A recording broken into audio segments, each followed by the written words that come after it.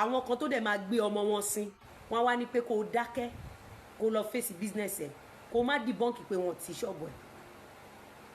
tó bá wo bí Gistlover ṣe ń ba yá àwọn èèyàn jẹ́ wàá realize wípé sórí ọ̀tọ̀ ní Gistlover tó dá dúró ọ̀tọ̀ ní àwọn ẹ̀dá tó dàbí Gistlover nínú ayé nínú ẹbí nínú ará nínú ojúlùmọ̀ nínú àwọn commentators àwọn náà máa bá Gistlover carry out iṣẹ́ yẹn smoothly. tọ́ ẹ̀yin èèyàn wa Lizzy Anjorin ó ti sọ̀rọ̀ nípa bí àwọn èèyàn ṣe ń sọ wípé wọ́n ti ti ṣọ́ọ̀bù rẹ̀ o. Lizzy Anjorin ó sọ̀rọ̀ gidi gan nínú fídíò yìí ó sọ ọ̀pọ̀lọpọ̀ ọ̀rọ̀ ó dẹ̀ ṣẹ́ ọ̀pọ̀lọpọ̀ ìpè fún gbogbo àwọn tí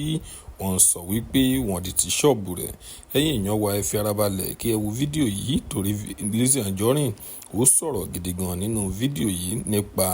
Gistlover tí gbogbo yín mọ̀ sí Ìyábọ̀ Òjó. Ìyábọ̀ Òjó ni Gistlover tí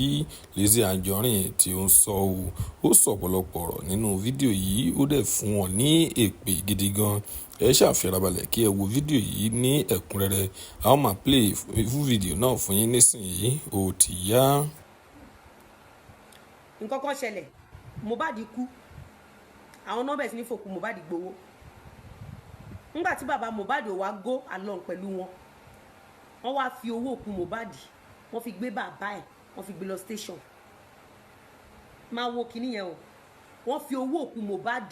owó jọ pé wọ́n gba bára wọ́n gba donation àwọn governors ń wá gbogbo èèyàn ń wá wọ́n donate fún wọn gbà tó wá rí pé bàbá yẹn ò comply Gistlover wá sọ pé bàbá yẹn ló pa ọmọ ẹ̀ Gistlover tún wá lọ plot èèyàn kan bó ṣe plot ẹ ó dọ̀ ẹ jẹ́ kí n fi kíní hàn yín àwọn èèyàn kì í já àwọn èèyàn kì í já ẹ wo ẹni yìí mo fẹ́ fẹ́ ni hàn yín mo fẹ́ fẹ́ ni hàn yín ìbò mo ti rí fídíò ẹni yẹn sìn yìí o ìbò mo ti rí fídíò ẹni yẹn o láì pé bí ni báwo ìbò mo ti rí fídíò ẹni yẹn o ẹ wo fídíò yìí ẹ wo fídíò ẹni yìí gbogbo yín ṣàmì ẹ ti rí fídíò ẹni yìí ẹ ti rí fídíò ẹni yìí ẹ máa gbọ́ ẹ máa gbọ́ ẹ máa gbọ́ ẹ wo ẹni yìí ẹ wo ẹni yìí ẹ wo ẹni yìí ṣé mọ̀ pé ó ti kọ́kọ́ sọ̀rọ̀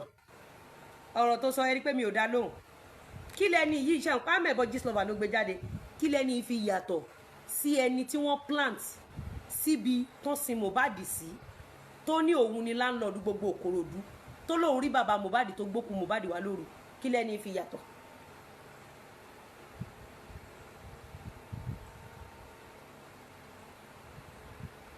kí ni ẹni fi yàtọ̀